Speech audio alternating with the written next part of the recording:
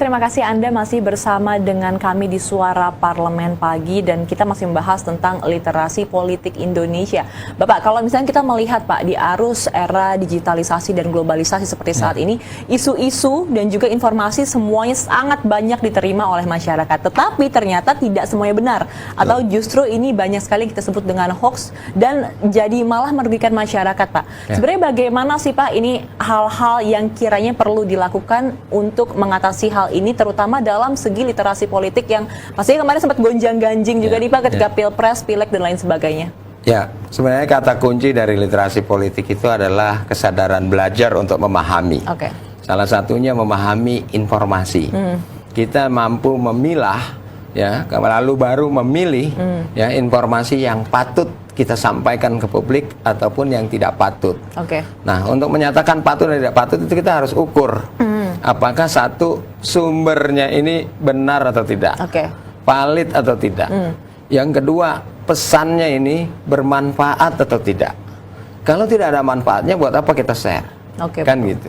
Dan yang terakhir, ketiga, tidak ada informasi yang tidak punya tujuan.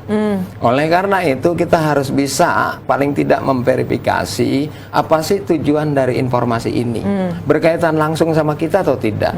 Kalau tidak berkaitan langsung, pertanyaan saya sederhana, untuk apa kita lakukan share? Gitu ya. Jadi oleh karena itu ukuran-ukuran literasi politik itu yang paling sederhana adalah mari kita sama-sama untuk bisa belajar memahami sebuah realitas politik gitu. Jangan buru-buru kita sharing sebelum kita saring, misalnya kalau bahasa orang awam gitu ya. Jadi oleh karena itu kita mampu memilah mana informasi-informasi yang layak disampaikan ke publik, mana yang tidak perlu disampaikan ke publik. Saya kira itu dasar. Baik Pak. Tapi kalau kita membicarakan tentang letak geografis Indonesia nih Pak, ini kan masih sangat beraneka ragam. Mungkin kalau di Jakarta kita bisa mendapatkan informasi dan juga pendidikan tentang literasi politik itu sudah sangat lebih maju dibandingkan dengan daerah-daerah lainnya.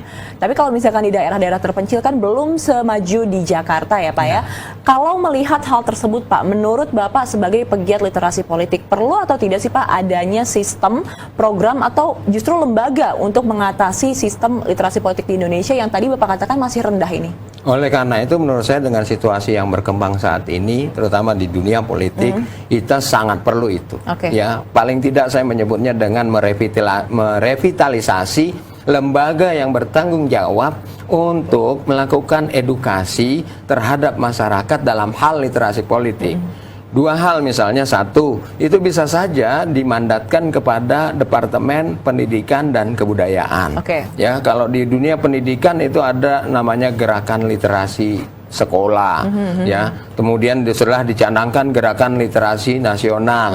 Nah, termasuk di dalamnya itu adalah ada agenda literasi politik yang harus diajarkan kepada anak-anak usia sekolah, sehingga pada saat nanti mereka dewasa, mereka dalam keadaan jadi manusia yang literat terhadap persoalan politik gitu.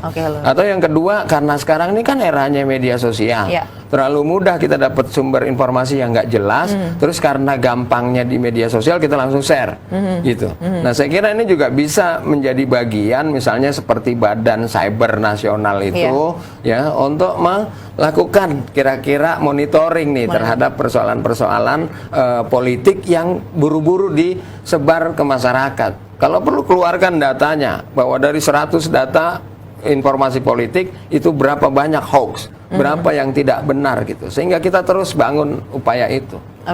Baik Pak, kalau kemarin kita juga kan ini yang masih hangat-hangatnya